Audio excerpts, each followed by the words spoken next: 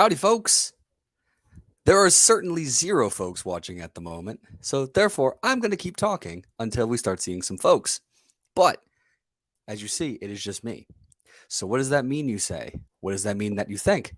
I don't know. All I know is it's me. It's always just me. There is one viewer. Welcome. Number 2. Can you hear me okay? I couldn't tell. It's only me. Did everybody have a good Super Bowl? I will ask and lean on you in the chat. How was your Super Bowl yesterday? Hello, Astro Bowl 67. How are you doing today? Just like Rihanna at the Super Bowl halftime show, I am on a platform by myself, singing my heart out, which I personally super enjoyed it. And the amount of rigging that need to happen to get all those platforms to work, I think was pretty remarkable. And the fact that she was also pregnant while performing, very good. I know there was some, people who didn't like it, but I think it's a lot of Twitter chatter. So I enjoyed the Super Bowl very much. I don't think that was holding, but I also understand to the rule why it was. And Bradbury did end up saying that he thought it was hold, and maybe that causes a touchdown. But I really just wanted the excitement at the end of KC going up by 3 and then give it back to Philadelphia and see what Jalen Hurts can do. Because I personally think Jalen Hurts should have had the MVP regardless what happened, because he played a heck of a game.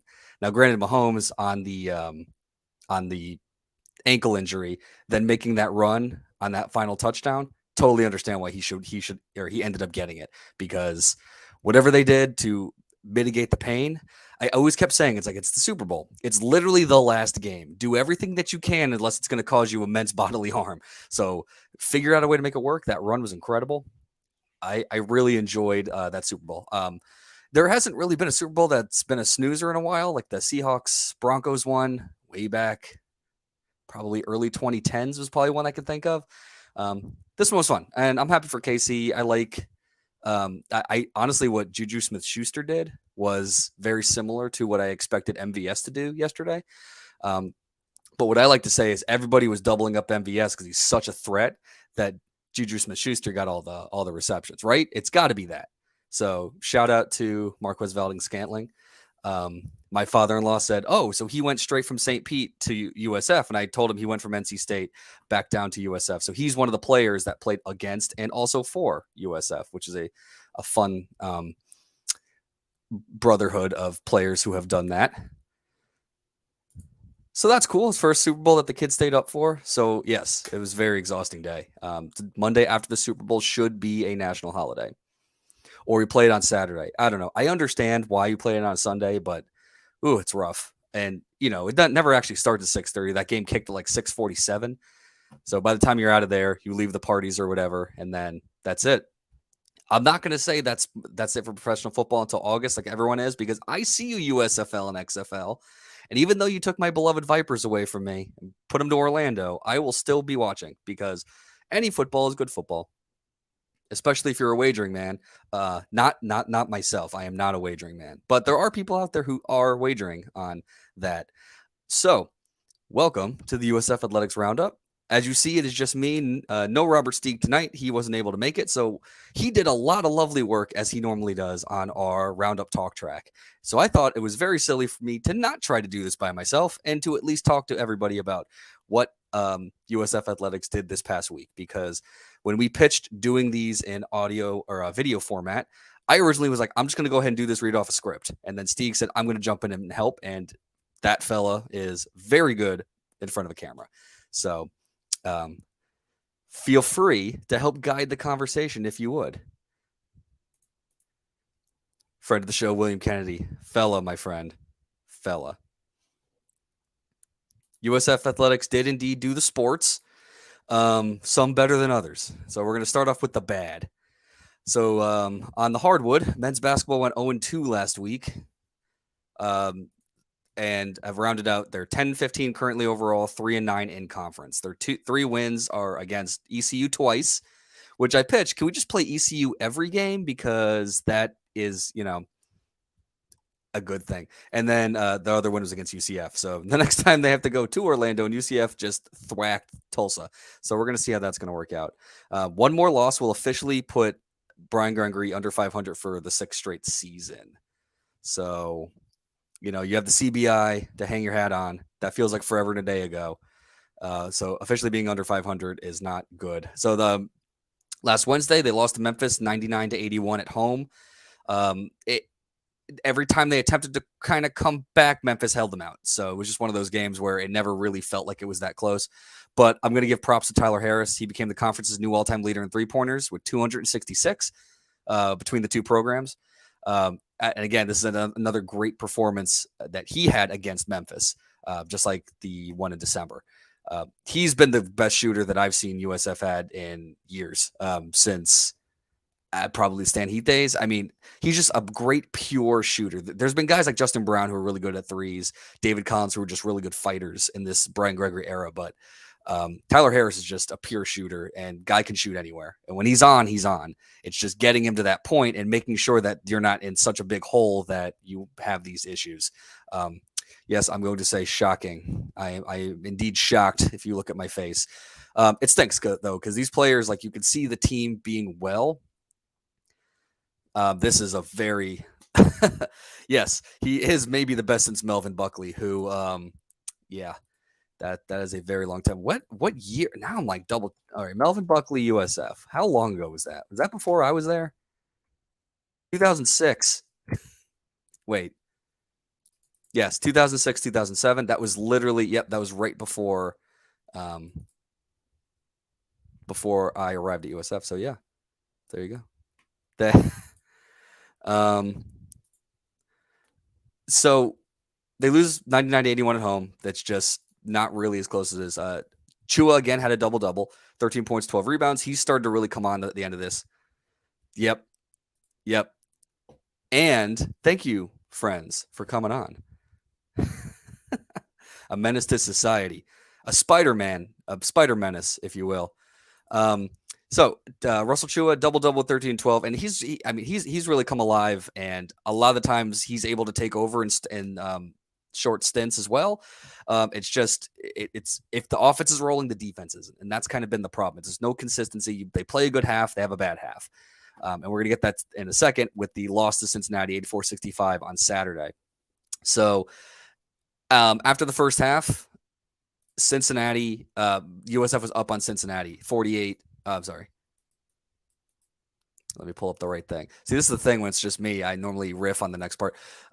Where is my Cincinnati box score? Here we go. They're up 38-34, and Tyler Harris hit a buzzer beater three to make that to make a 1-point lead to a 4-point lead. And then Cincinnati whatever ended up happening at halftime, Cincinnati came out roaring and outscored USF 50-27 in the second half. So you play a pretty darn good first half. Defensively, you only held Cincinnati, who's really good on the offensive side, to 34 points, and then you give up 50 in the second half. And that is just, and then you score 27. They almost doubled you up. With that being said, Corey Walker Jr. Put up 25 points, 10 for 13 field goals. Like, what an incredible performance. It just stinks you can't couple that with anybody else. He's the only one at USF in double figures. So he played an incredible game. He was unstoppable. And they just couldn't string any. Cincinnati was just on fire in the second half. They just would hit three after three. Cincinnati hit 70% from 3-point range in the second half. That's just, I mean, how they shot 23% in the first half. Something happened.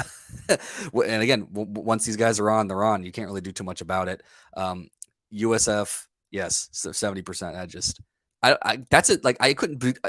How many guys could do that just with nobody in their face? 70% is like absurd. I watched for a little bit, and there was one guy got 3 threes in like a minute and a half, and it's just, how do you stop that?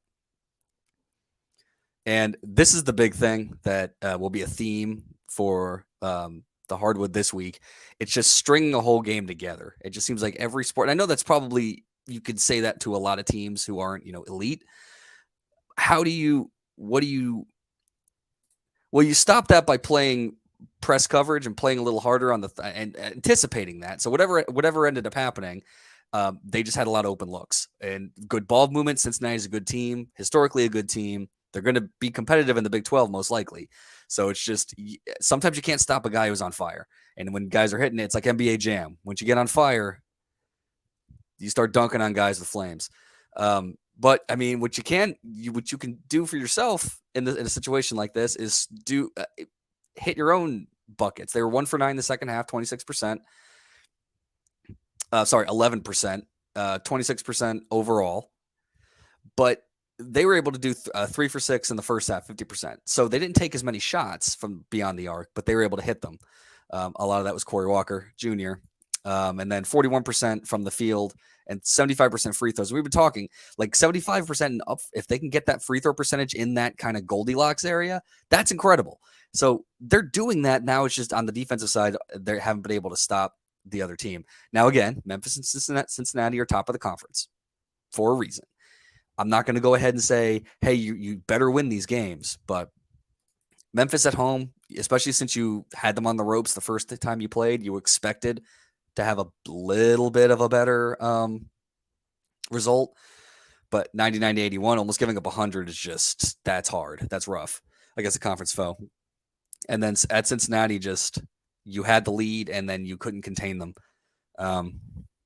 The strange thing is Brian Gregory defenses have normally been very stout. So now you just gave up 84 and 99 in the last 2 games this past week. It's a tough pill to swallow.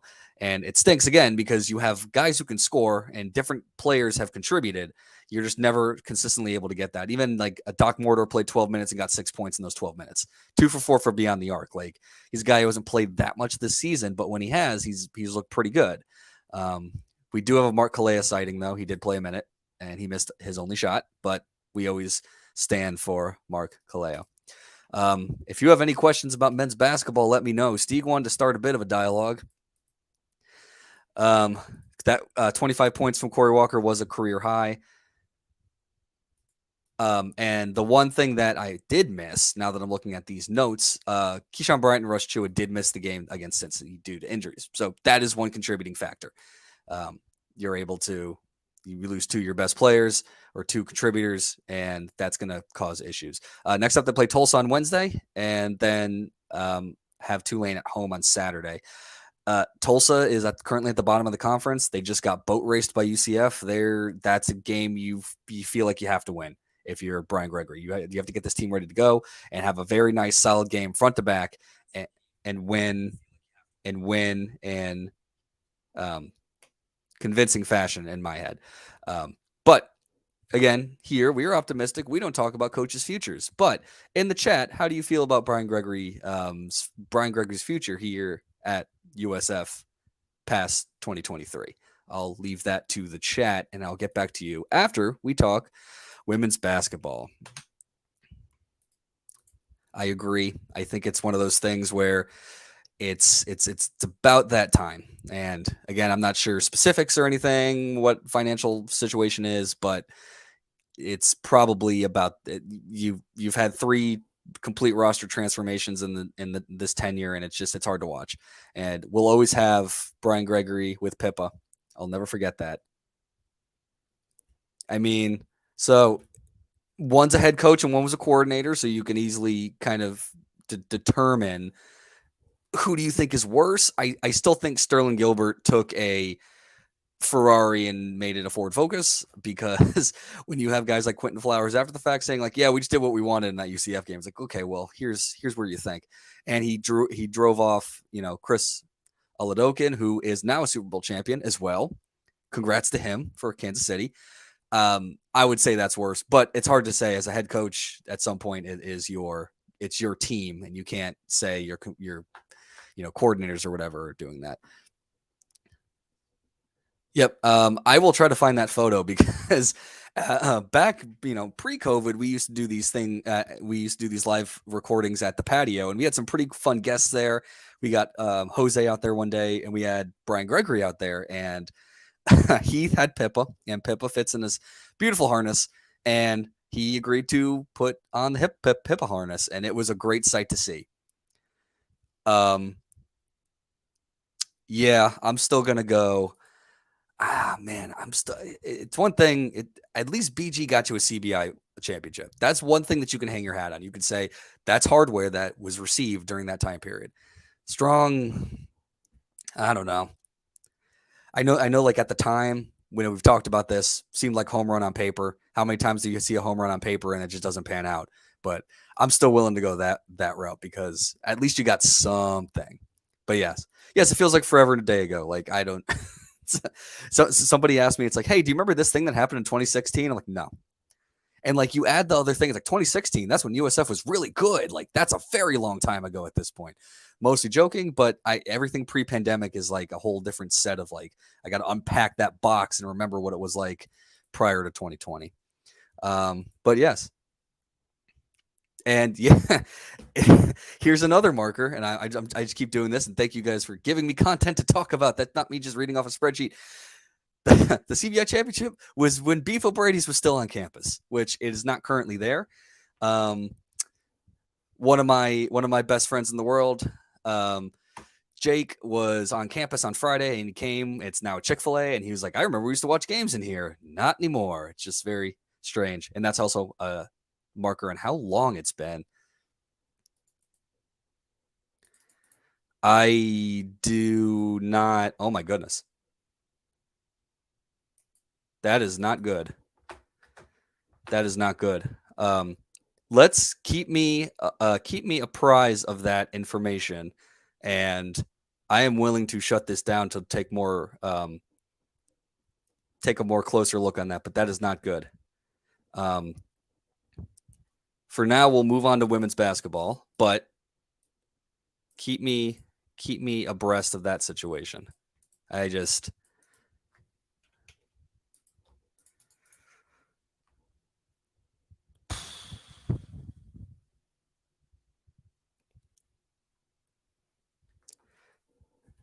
a lot of thoughts running through your head. So that's wraps it up for men's basketball. So Tulsa on Wednesday, Tulane on Saturday. Women's basketball had only one game on Sunday this past week. It was a weird quirk in the schedule just based on how the calendar worked itself out, and they lost to a very good Houston team, 71-69. They were down by as much as 13 points, I believe. Let me see if I can pull that right back up. Houston was on fire. They were very good beyond the arc. And it's just like against Cincinnati, there's only so much you can do in that situation when you have someone who is just on fire. Layla Blair had 30 points, 6 of 13 from 3-point range. And they shot, 45. They shot 50% in the first quarter, 55% in the second quarter. And then they tapered down when USF was making their comeback. But 45% total, that is just a hard that's hard to do. They got outscored 19-14 in the first, 24-17 in the second, and they roared back pretty well in the third quarter. They just couldn't finish it. We've talked about in the past how these USF teams generally will drop a game to a tough opponent. That's the difference between them and UConn. They're not at that mega elite level to where this conference can still hit them when they're playing good teams. And this Houston team's bit them before. A couple years ago when they won the conference double, they went into Houston. I think it was the last game of the regular season. And that is, so it was like at least the last game of the regular season, and they, sorry, I'm just reading what you just said.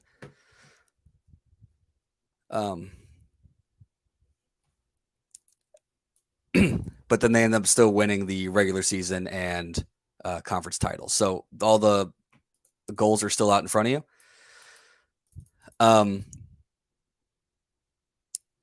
Their next game is going to be at UCF on Wednesday. So if anyone's in the Orlando or Oviedo area, go ahead and go to that game. That's our biggest thing is just go ahead and beat the teams that you can. So they're at UCF on Wednesday. So have a happy Valentine's Day tomorrow. And then they will hopefully get back in the win column. Bulls couldn't overcome the 3-point barrage. Elena Chineke had 24. Dulcie had 19 and 19. Dulcie looked unstoppable for a while. They couldn't stop her down low. But unfortunately, when you're down by so many points, you need to try to do everything that you can. And the full court press was just killing them. That's something that they haven't been able to do consistently. Is when the full court press, just like UCF last year under Coach Abe, it frustrates that team, and they haven't been able to really get over that hump of trying to figure out how to get around it. It's tough. It's hard to do that. So Sammy and Carla also each had 10 points. So Houston had 4 players in double figures. Sorry, USF had 4 players in double figures, and Houston had 4 players in double figures. But when you have Layla Blair score 30 points, that is it's hard to get around that.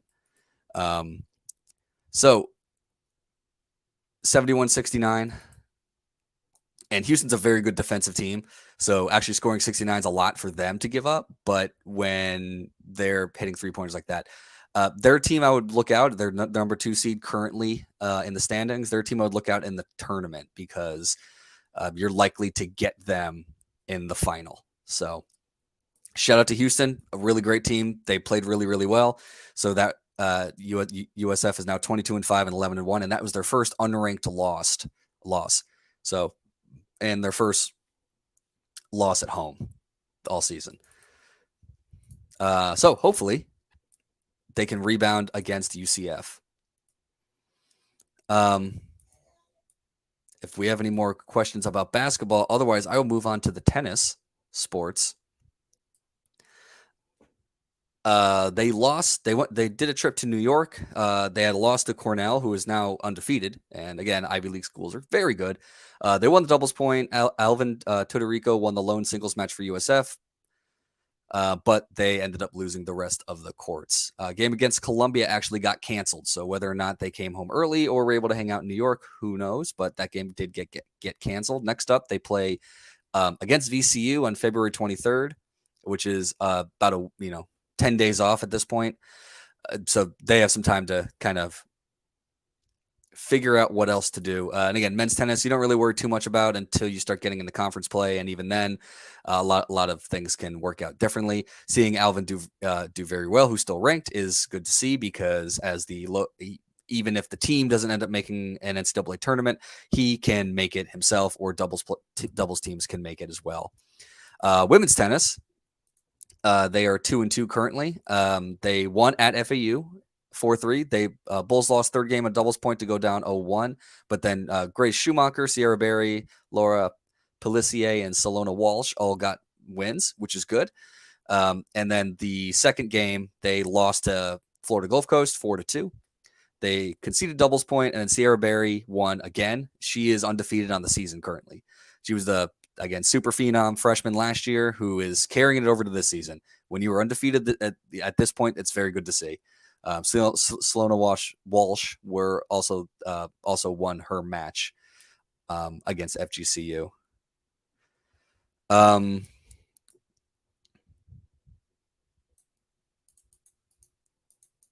Yeah, we're just gonna get through this. This is not good. Next up, they play SMU on Friday and at UNT on Sunday. Women's golf. Sorry, we will skip. Women's golf next play.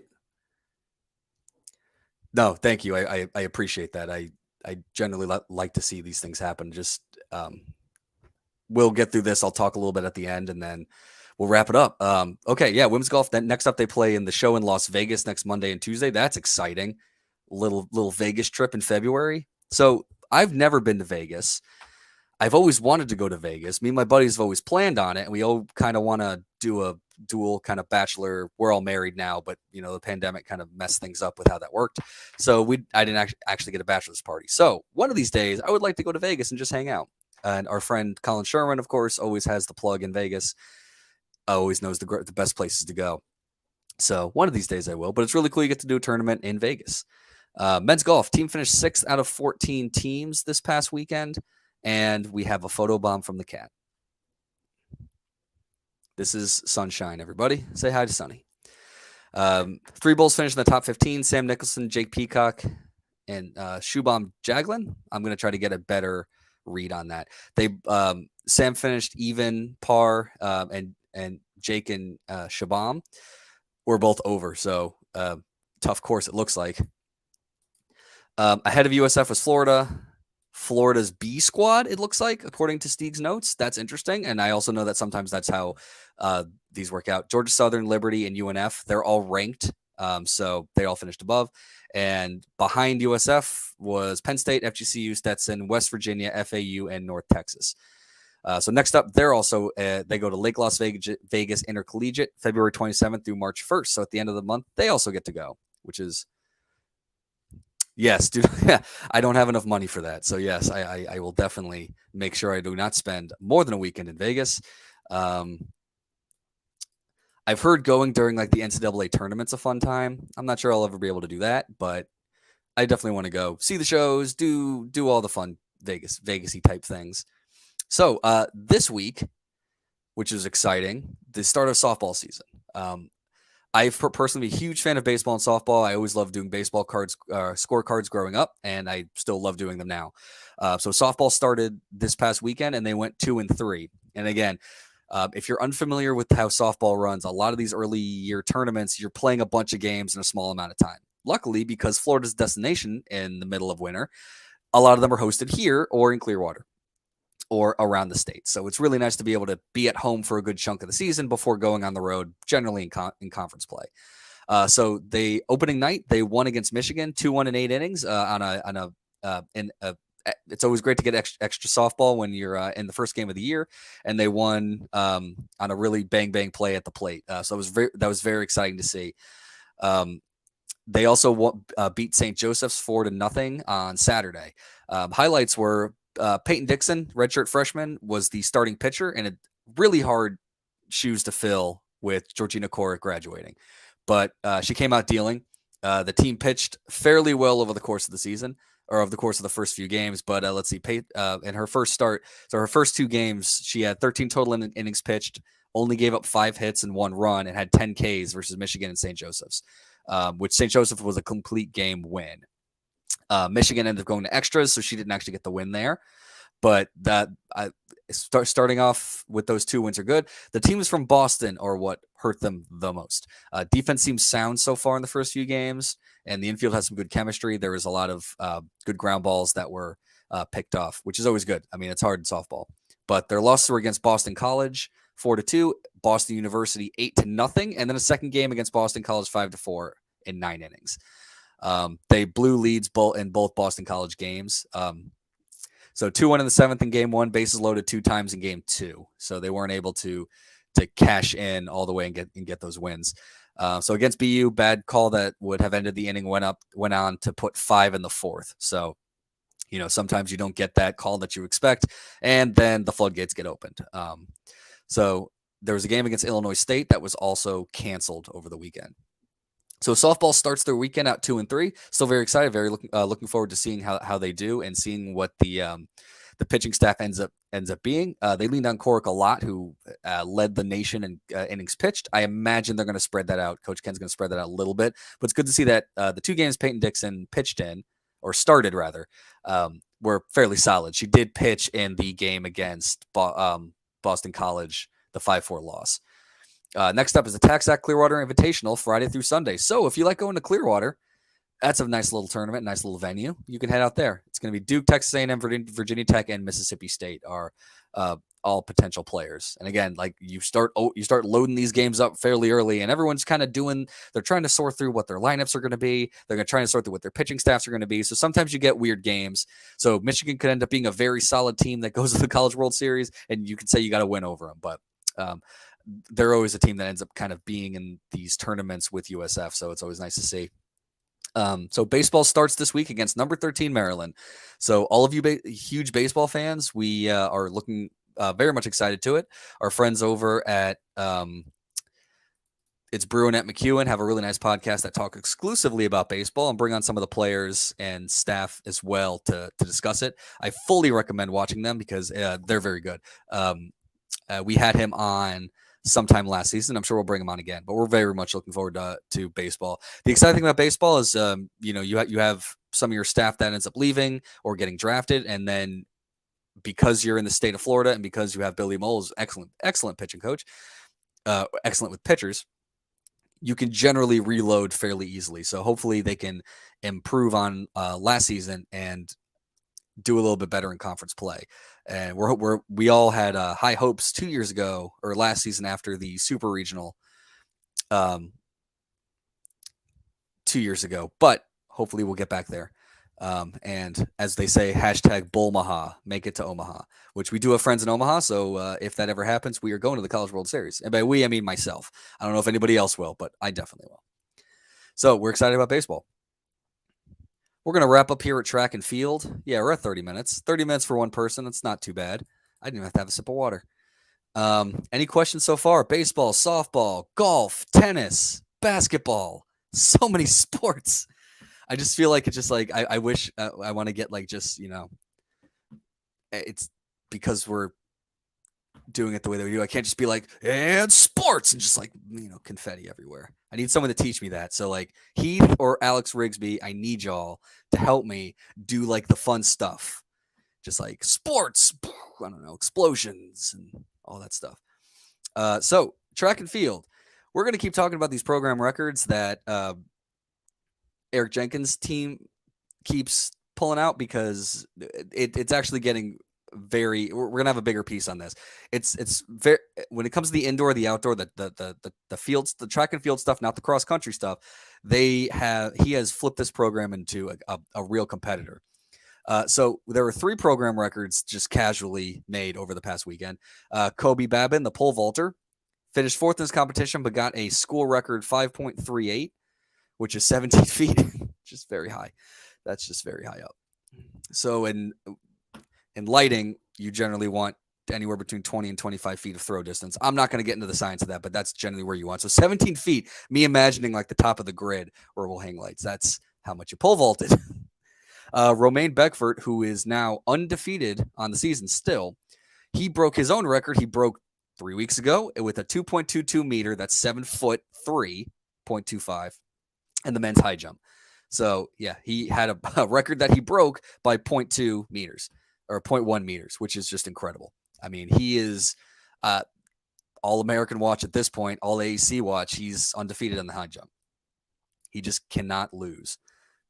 And then I'm going to butcher his name, but Chavois Reed in the men's 200, 21.14 seconds. He broke the program record, and that is a 12-year record. So just again, short and middle running, doing pretty good. The other podium finishes from this weekend are a first place finish for Janiah Burton, also a personal best,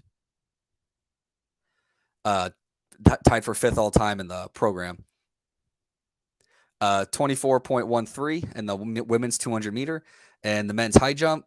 Kendall Mosley got 2nd place with 2.08. So he was 2nd place. Beckford was 1st place. 2.22, 2.0. I mean, that's like, wow, unbelievable. 2nd place in the men's 4x400 relay. 3 minutes, 13 seconds. 2nd place, men's triple jump. David Ajama had a personal best and the 2nd best in program history with 16.03 meters. 2nd in the women's long jump, Shania Benjamin, 6.14 meters. And 3rd, Chanelix Davila got the 60-meter hurdles, 8.27. So those are all the podium finishes. The women's 4x400 relay finished 5th, but got the 3rd best mark in program history with 3 minutes, 39 seconds. With 3:39.64. So even though that was 5th overall in this tournament, competition rather, it was 3rd best in program history. And I'm going to try to see if I can pull this up because there is a very good series of graphics that USF put out. Let's see if I can present. Again, normally there would be like is this going to work? No. There we go. Okay. We're going to do this one more time. Normally I would be doing this while Steve would take over. So I'm just going to try to talk while I share the right screen here. Boom. How's that look? Good. Hey, look at that. So we're just going to look at these top 10 finishes. Everyone in gold are teams currently on the roster. This is the one that gets me. 1, 2, 3, 4. 5 of the top 10 and the 4x400 women's relay are all teams that are currently on the roster. It's just remarkable what in one essentially one recruiting segment you can do. You could say, hey, we're going to be really good about running short and medium distances. There you go. Romaine Beckford has the top mark right there, and there's going to be another 2.21 added. Or sorry, yeah, so 2.22 is there, and then there's Kendall Mosley who came in second and was able to tie that mark. And then same with indoor triple jump. It's just really neat to see that, hey, a lot of these programs under Eric Jenkins are doing very well to where they are in the top 10 in program history in his short time here.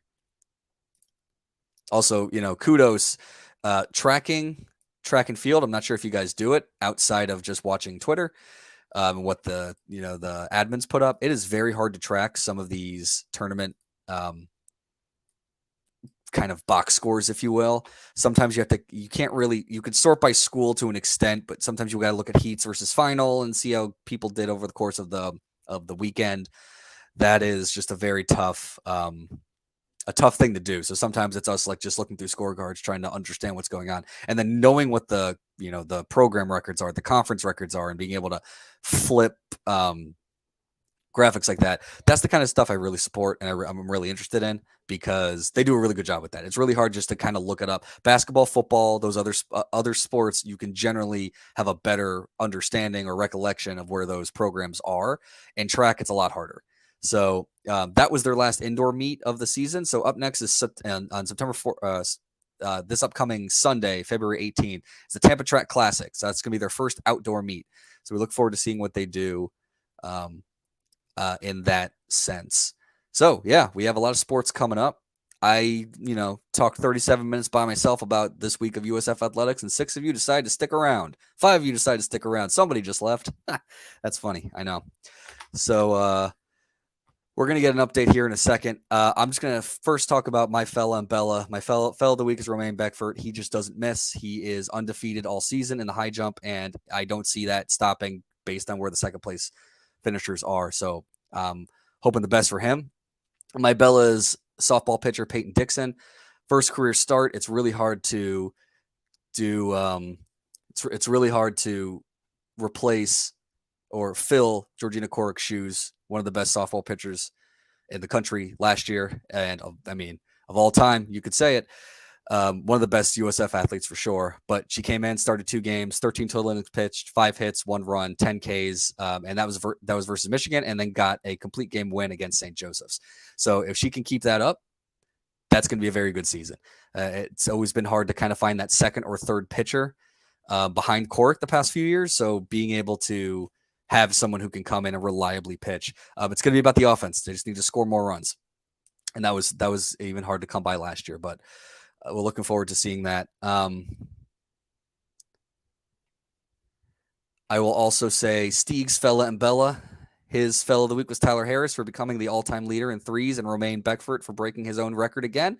I just stole Romaine Beckford for him, so his fella can be Tyler Harris because, again, being the all-time leader in threes in the American is not it's not an easy thing to do. So congratulations to him. And his Bella of the week was Sierra Berry, who, just like Romaine Beckford, is undefeated in her craft. She's 4-0 in tennis this season and so far carrying the team. Now in tennis, you could be the best player on the team and your team could still be losing the matches, but you could still get into the singles tournament. So that's a good thing for her that you still have something to play for. That's the neat thing I like about tennis and golf is there's the team aspect, but then the doubles and then your single competition can also lead you into the postseason. So we're just going to sit here for a second and I'm going to read some of the comments.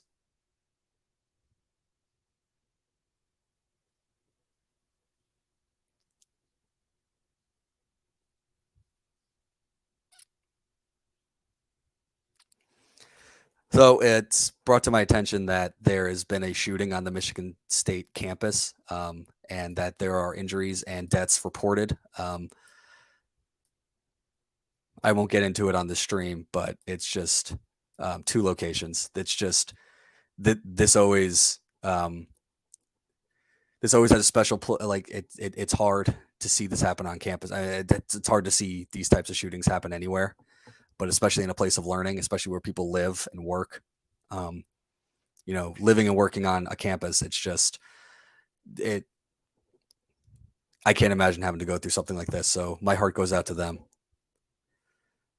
And yeah, especially since tomorrow is the anniversary of Parkland, this is just not great news. I always hate to end a podcast like this, but I think I'm going to start looking at this. But thank you for bringing this up, the USF Wizard.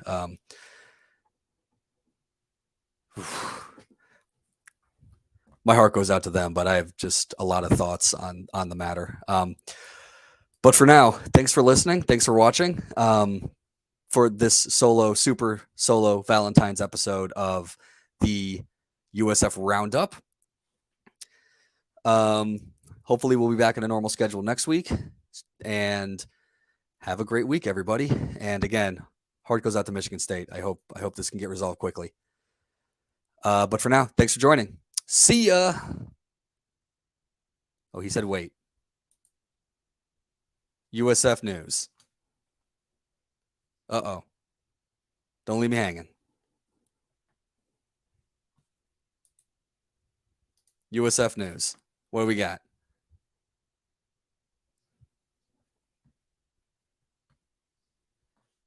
Oh, well, there we go. Is this a little bit of breaking news that we're seeing? Kansas State is set to hire Matthew Middleton as wide receivers coach. He was hired in January for the same role at South Florida, spending the past 5 years at Kansas State. He's a Kansas City native. Football Scoop first reported.